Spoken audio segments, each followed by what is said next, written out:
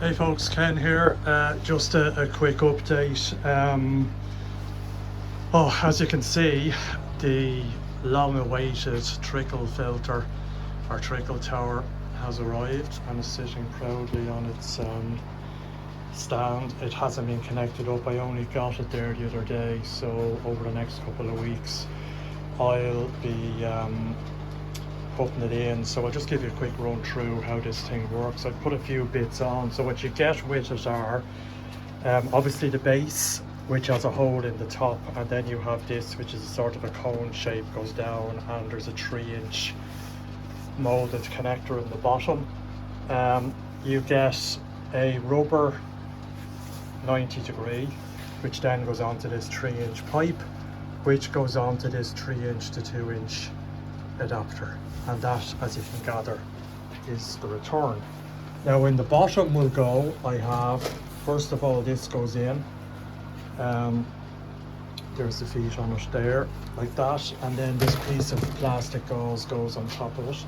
You'll see where that goes, and then the media, you get 2 boxes of this crystal bio stuff. It's very much like pumice stone. It's actually much lighter than I thought it would be. You can see there, it's like lava rock. Very, very light. In fact, the boxes, while they look heavy, they're actually very light. But I'm sure when they fill with water, they won't be. So inside, you have, as I say, that's the return at the bottom, as you'd expect. This is the input at the top. So that, and I don't know if you can see in there, do I have a torch here? No, I don't, handy. But down there, believe me, if I tilt it over, you can just see, so there's your molded 3-inch at the bottom, and then this 2-inch pipe, and it just has basically a disc on it, and the water flows onto that disc and just disperses like a shower over the media. It trickles down through the media and out the other end. So I have on that a 1.5-inch or 50mm connector. In fact, I think that's a 1.5-inch pipe. So I have to convert that to 50mm. I can do that handy enough. I just realised where I shortened my bench, for those of you who remember, the bench went right across this other wall. I don't really have enough room, so I'm thinking of sourcing a rubber U, or 90 degree rather, 50mm, that will go onto this, come out here, down to this wall, and then down. So the plan is, as I said, I will come out here on 50mm. I will have a 50mm ball valve going into a pump. What I might do actually, because I'm going to put the colours on and turn off the back, I may just, for the moment, is use this pump, because I won't need this again in the next spring. So I can always just close that valve on the left and this valve here, and that seals off the pond. So I might just do that. As a mate of mine says, he may have a spare one I can buy off, and I'll do that. But what I could do in the meantime is just use this, and then over the next few months just order a replacement. So the pump will sit here, and then the output will come up, probably go onto the wall here, 50mm up, 90 degree rubber into this, flow down, come out here on another 50 degree. I have plenty of room here, so I'll probably come out, do a 90 onto the wall, right along the wall. I need 2 45s to bring me around that spindrift or air return. I'm not going to move it for obvious reasons. I'd have to drain the pond if I was going to do anything with that, and I'm not. So I just 90 around it, nothing of any reason to ever be in that corner. Come along here to about there, and then I've plenty of room here to put in a 50mm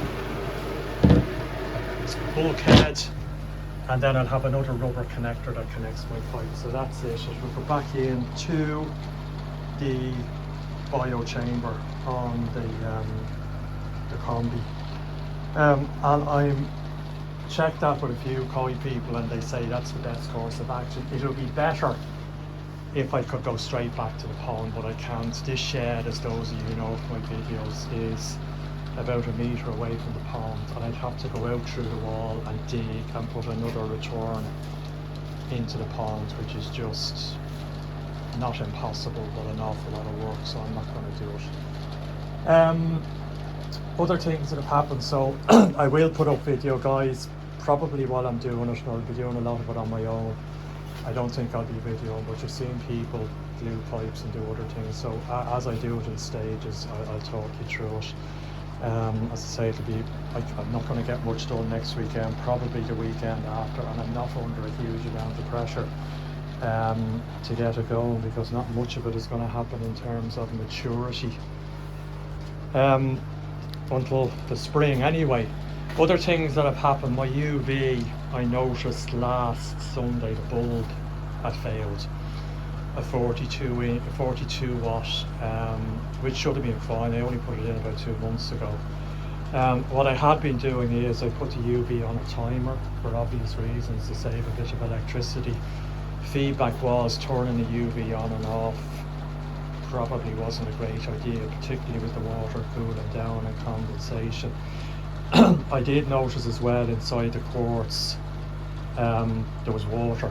Now what I did was I put a bit of Vaseline on it, I resealed it and put it in. Now the bulb wasn't working, but it did stay watertight, so maybe I just didn't have it tight enough. I did wash the Vaseline off, because Vaseline is not great in rubber seals. I got this stuff, silicone grease, and I'll use that. But what I did notice, and I've gone online, I've ordered a shorter quartz sleeve. So you remember this was an 80 watt. I converted it to 40. I got the 80 watt UV originally because there was a very little in the price differential between the 80 and the 40. I don't need an 80, particularly with the current climate with electricity charges. Decided when I needed a new bulb to put in a 40. So I ended up with a quartz that was too long. But what I've done is I've bought a shorter quartz, and I bought another 40 watt bulb. But what I did notice over the week, and I don't know how long, I only noticed the bulb gone on Sunday. I would say it could have been gone a few days before that, no more than that. And my water is still crystal clear. I'll go out to the pond now in a second. So what I'm going to do is I'm just going to leave it off. I took it out of the pond completely. I have the connector in behind that large pump there, so I'm not going to bother with it over the winter. I don't think there's any need for it. It's one less thing to worry about. Other thing that happened is my chlorine started to creep up again. It got well up over 0.3 parts per million. So talking to Andy Finch online, once you start to get that consistently, it's time to change the media. So I did that. We've seen that done before. It's a bit torturous at the start. You've got to take this thing, which is quite heavy, with wet media, turn it upside down, and I empty it into this yoke here. You can see the old media in it, and just change it, and I'm back to zero again. I checked it this morning, I'm back to 0 parts per million, so happy with that. Normally during the summer I have my water changed, or my trickle in, at about 4,000 litres a week. I'll bring it down to 2,000 litres in the winter, so it should make the activated carbon last a little bit longer. I didn't even get 4 months out of the last lot, so it is what it is. Depends on the chlorine levels in your water. Mine are obviously, I must check them again. There was nearly 0.4 parts per million in it, and I've got 0.2 before, so it was higher, twice what I expected it to be. So that obviously exhausted the carbon quicker. Fish are all fine. You can see my Shiro's getting a bit more zoomy on them, slowly but surely. I noticed with the goldfish in the cold weather that it's they sit on the bottom a bit more than the koi. And you can see with my chag, the carp pox with the colder weather. The pond's at 11 degrees at the minute, which is the coldest it's been in a long time. And it's come back with gusto. So hopefully, just listen to one of the koi guys, Mark McKinney, online. He has a shop up in Belfast and Bangor, or outside Belfast and Bangor, and he was saying that he notices with fish that if they get carp pox, they'll generally have it for a season or two, and then their immune system kicks in and it generally goes away. So hopefully that happens with my chag. So Pond is looking grand. As I say, water is pretty crystal clear with no UV. I won't be bothering about. Having said that, you know, we're down to 12 hours of sunlight and not much sunshine at the minute, so everything's fine. The back, I cut down the lilies. You can see there the leaves are starting to die off and they were messy, and I was getting them rotten and breaking up and flowing down into the pond. So last week when I was doing my clean up, I just cut them all back, and I leave those in there for the winter. They should be okay, and then I'll replant them. I'll probably split them and replant them into 4 baskets in the spring. Having to clean out, as you would guess, even with the net, there's still leaves get in, and at least every few days I have to get in and clear up. I noticed the pond wasn't very clear there the other day, and it turned out that there was a load of leaves in the skimmer, so the skimmer wasn't working very well.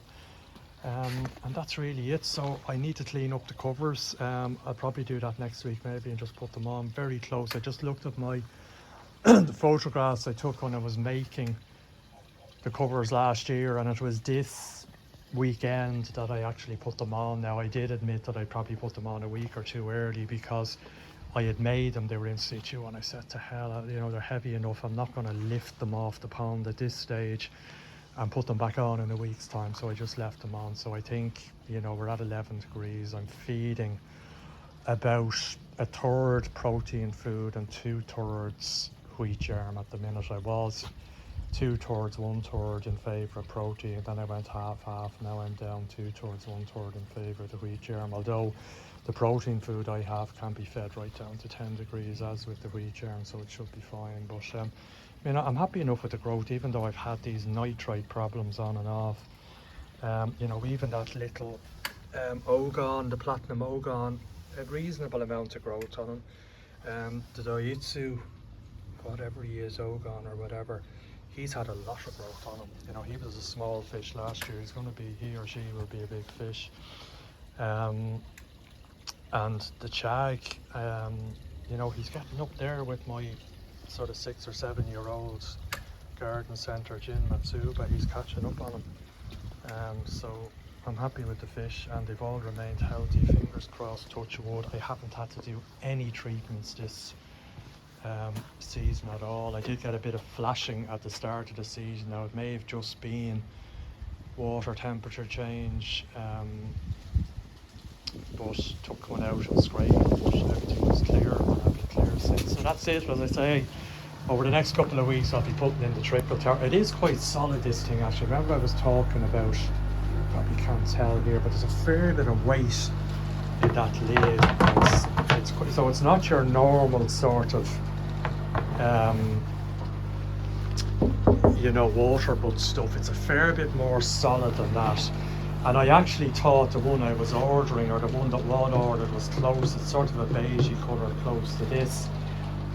So I was sort of thinking that might be the best to match now, as much as they want to match in the filter shell. But having looked at that one in situ against the grey wall, I think that's the better colour. So not that I would have been sending it back or anything, but I think that sort of blends in and isn't as noticeable. So I'm happy enough. I was checking my chlorine, by the way, it's back to 0. You would guess after changing the carbon. So that's it. So as I say, UV out, bulb gone. I've ordered a bulb in a quartz, but probably won't put it back in until spring. Finally arrived, mate brought it over from the UK in his car, thank you very much. Have a rough idea of how to put it in. Top input I need to figure out. I'm sure there's a 50mm rubber adapter exists, and that would cut out, it will shorten that length there, rather than using a you know, one of these. Where is it? That's it. That's a 1.5 inch, but I'll be using a 50mm. That's the thing with the South, guys, by the way. In Ireland we're metric, and up north is imperial, and obviously the UK is imperial. So if you're building a pond down south, it's much better to do it in metric, because the stuff is readily available relatively locally. If you're up north, you're better off doing it Imperial, because so, but you know, 1.5 inch and 50 inch, although you can't put a 50 mil in a 1.5 inch, when it comes to rubber adapters, there's nothing in it, so these things will join 50 mil and 1.5 inch together fairly well. So, you know, anorak stuff there, and the same with that 3 inch, that adapter. What I can do is I'll get one of these again, that's a 1.5 inch join, or is it, what is, I don't know what the hell that might be a converter actually to something, to 50 mil. I must have a look and see. But I can get one of those, put it on a 50 mil, and that will bulk up a 50 mil enough to get it to sit into a 2 inch, or even a 50 mil elbow. The external diameter will go into a 2 inch. So experience of doing it before. So as I say, I'll probably start this end, bring the, you know, measure up the pipe, level it up, put in my 50 mil bulkhead first, level up, get a couple of these, you know, so you can see them just there, the things that connect the 50 mil pipe to the wall. Get the level right here on my 50 mil 90 degree, run 50 mil pipe along here. I probably only need one, maybe two other of those wall mounts. Bring it up to here, bring a 45 out to here, length of pipe, another 45 to bring it back into the wall. I make that sound simple, it'll probably do my head in, but it's probably better to start and get it right here and work my way back down and up. Maybe it doesn't really matter, but certainly maybe to have that piece of pipe at the right level connected into the filter here, so I know exactly what level it's at there, mark it, mount it, and then make sure it's level going along here. But anyway, that's it. As I say, when I do it, I'll keep you informed. I'm reliably informed as well because of the head height there. To get the proper flow, a 10,000 litre an hour pump won't cut it, that I'd be better off with 20. Again, the price differential between a 20 and a 10, or a 22 and a 10 as they are now. That's a 22, that one there. That's the older version, there is a 20 inch difference in them. I think that's a bit more economical. Just to get the head height and give me the flow that I need there. But anyway, as I say, I'll be talking to you, probably do a video in a couple of weeks as I have all the various bits and pieces and I start actually finally doing the job. Until then, take it easy. Cheers.